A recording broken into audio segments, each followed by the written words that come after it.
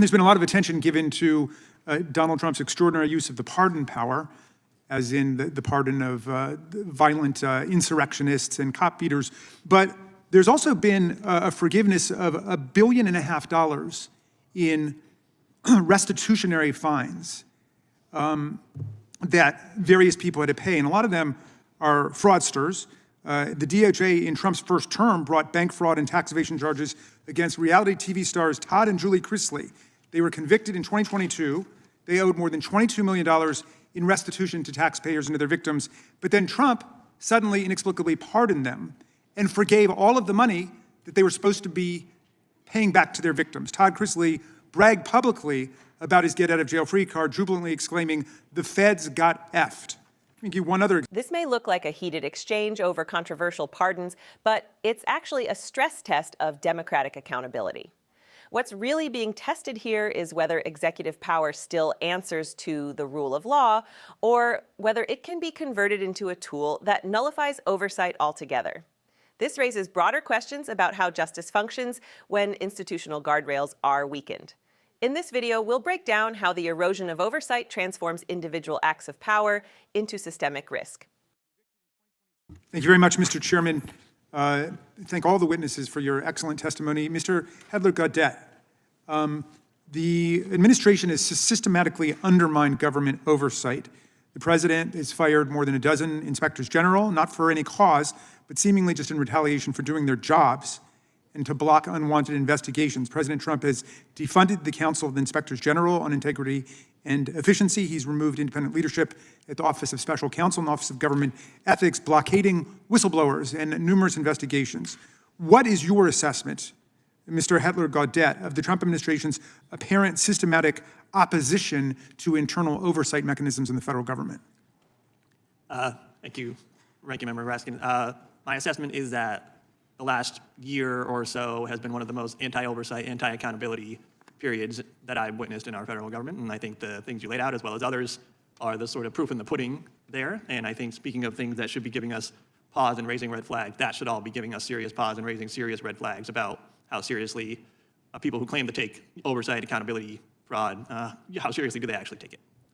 There's been a lot of attention given to Donald Trump's extraordinary use of the pardon power, as in the pardon of violent insurrectionists and cop beaters. But there's also been a forgiveness of $1.5 billion in restitutionary fines that various people had to pay. And a lot of them are fraudsters. The DOJ in Trump's first term brought bank fraud and tax evasion charges against reality TV stars Todd and Julie Chrisley. They were convicted in 2022.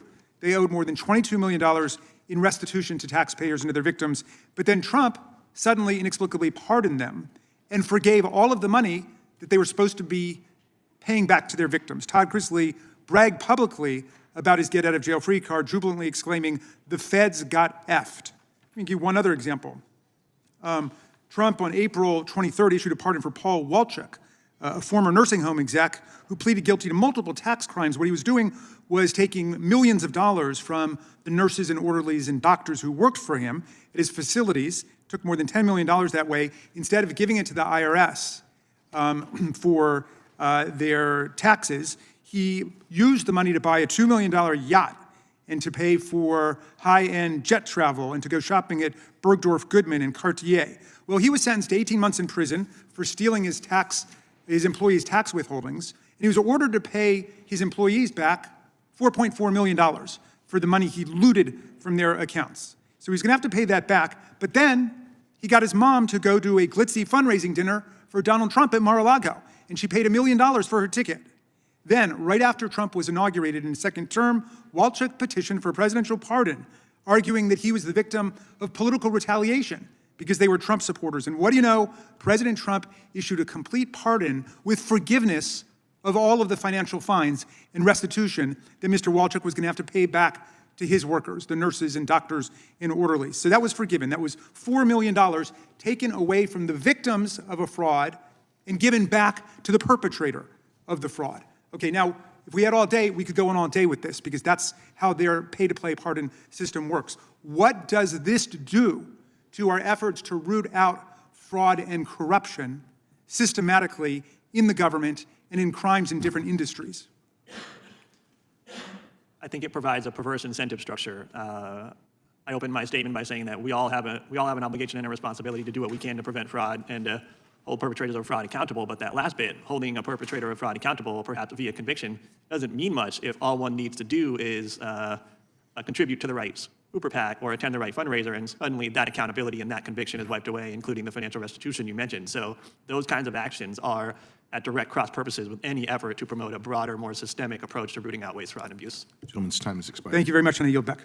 The moment hangs in the air as Representative Raskin delivers the line that lands like a verdict before the trial is even finished. If we had all day, we could go on all day with this.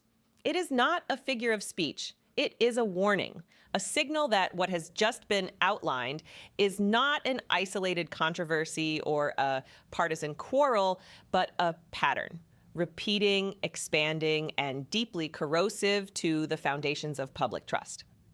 In that sentence, the hearing crosses from testimony into indictment.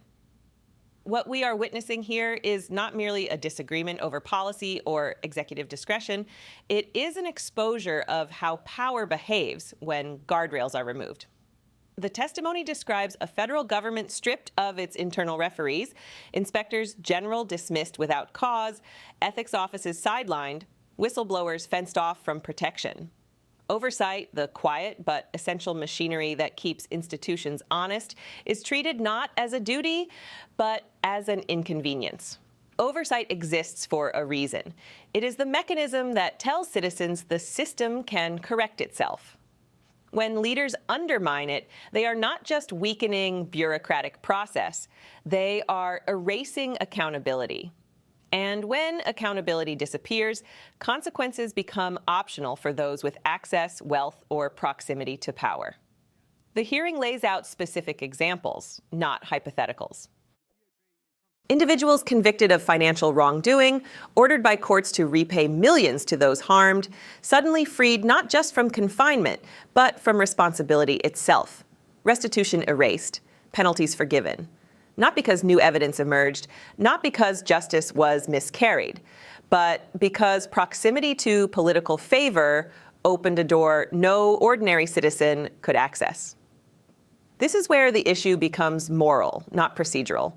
Justice is not merely about punishment. It is about restoring balance. When restitution is canceled, when obligations are wiped away, the burden does not vanish. It shifts. It falls on those who followed the rules, paid their dues, and trusted that the system would stand behind them. That trust, once broken, is almost impossible to repair. The testimony reveals something even more troubling: incentives. When accountability can be undone with the right fundraiser, the right donor network, or the right access point, the system teaches a dangerous lesson.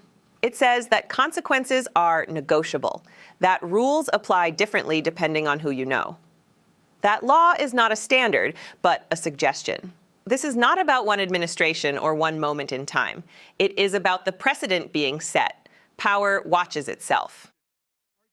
Future leaders observe what was tolerated, what was rewarded, and what went unchallenged. When oversight is dismantled and extraordinary privileges are normalized, the damage extends far beyond a single term or a single figure. It becomes institutional memory. Raskin's questioning does more than recount events. It asks a larger question: what happens to a republic when accountability becomes optional? When the tools designed to prevent corruption are treated as enemies rather than safeguards? When public office is no longer a trust, but a marketplace? The answer is written in history, and it is never subtle. Systems hollowed out from within do not collapse overnight. They erode quietly, gradually. Until one day, the public realizes that fairness is no longer the default. It is the exception. The witness's response reinforces this reality. Accountability loses meaning if convictions can be erased not by justice, but by access. If wrongdoing can be neutralized by proximity to power, then the system ceases to deter future misconduct. It invites it, it rewards it, and it teaches those watching that integrity is optional if influence is sufficient. This is why this moment matters. not because of rhetoric, but because of what it reveals about the structure of power itself. Government is not defined by speeches or slogans. It is defined by who is held accountable and who is not, by whether rules are enforced consistently or selectively. A functioning democracy does not require perfection. It requires correction. It requires the ability to confront failure, to investigate misconduct, and to apply consequences evenly. When those mechanisms are dismantled, democracy does not announce its decline. It simply stops correcting itself. As the gavel falls and time expires, the question lingers long after the microphones go silent. What kind of system are we becoming if accountability can be purchased, if oversight is treated as retaliation, and if justice bends to convenience? And perhaps more importantly, what kind of system are we willing to accept? Because silence is not neutral. Indifference is not harmless. When citizens look away, the erosion accelerates. When scrutiny fades, power expands unchecked. This is why moments like this hearing matter. They pull back the curtain, they force uncomfortable truths into the light. And they remind us that democracy is not self-sustaining. It depends on vigilance, on oversight, on the refusal to accept a system where consequences apply only to the powerless. The warning has been delivered. The pattern has been named. What happens next depends not just on those inside the chamber, but on those watching from the outside. If you believe accountability should not be optional, if you believe power must answer to principle, and if you believe transparency is not a threat but a necessity, then stay engaged. Support independent scrutiny. Demand integrity from those who govern in your name. Subscribe to Liberty Report USA and support our work to expose the truth.